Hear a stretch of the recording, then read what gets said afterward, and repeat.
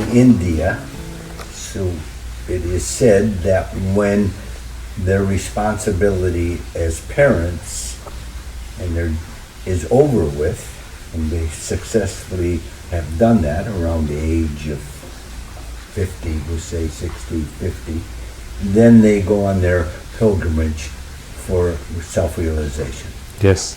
Because there's a mature mind, because they've completed their task with immaturity. Basically, they completed the responsibility of being a family man. Yes.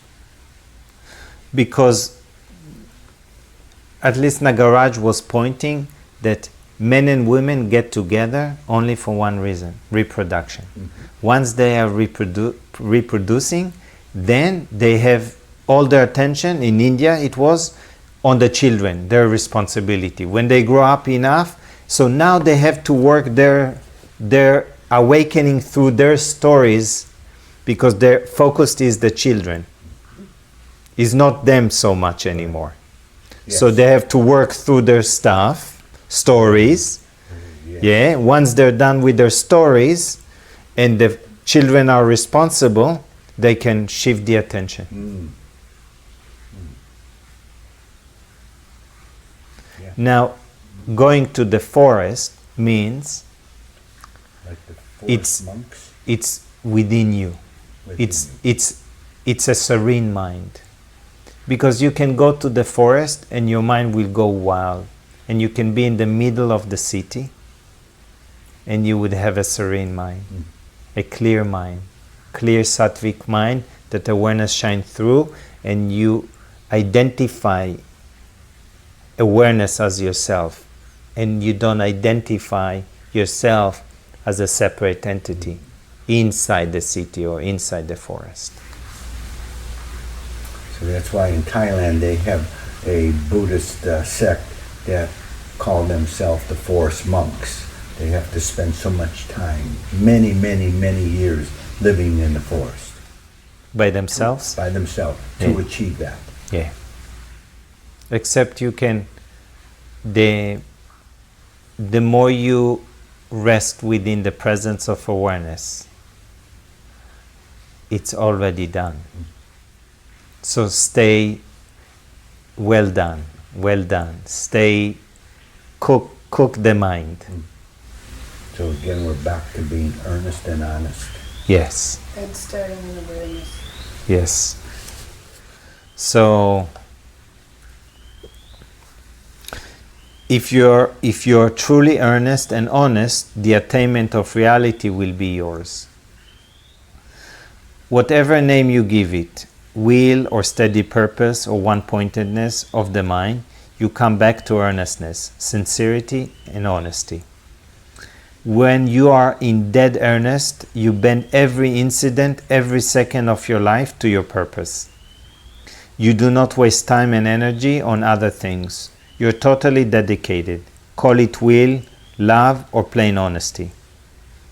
And he continues, we are complex beings, at war within and without. We contradict ourselves all the time, undoing the work of yesterday. No wonder we are stuck. A little of integrity would make a lot of difference. There is a possibility, if you're not honest and sincere with yourself, and for some reason you're on this path, this journey, you can go insane. You just can bluff yourself. And the possibility of insanity. You could really... Maybe. I see that the mind is already insane. So a little more or less, it's still in the same round of insanity. One can take it into different directions. Yes. Like there's a story. So there's a story of two beings, young students. They sit in front of the master and he tells them the world is not real. Now go. So one says the world is not real. The world is not real. I'll go and be in the forest. The other one says, the world is not real. So he goes to town, takes a sword. He says, the world is not real. Cut someone's head. The world is not real. Everybody start getting scared. He takes the women. He opens prostitution bar. The world is not real. He kills people if they don't do whatever he wants to. He have lots of money and this. He's very powerful, arrogant, barbaric. Yeah, the world is not real. 10 years later, the guy out of the forest comes out and they meet. And they say, the guy from the forest asks him, the world is not real, so what happened with you? It's like, I have lots of businesses, prostitutes, I have lots of money, lots of power, everybody respect me. And you? I was like, I just stayed around the forest alone with myself.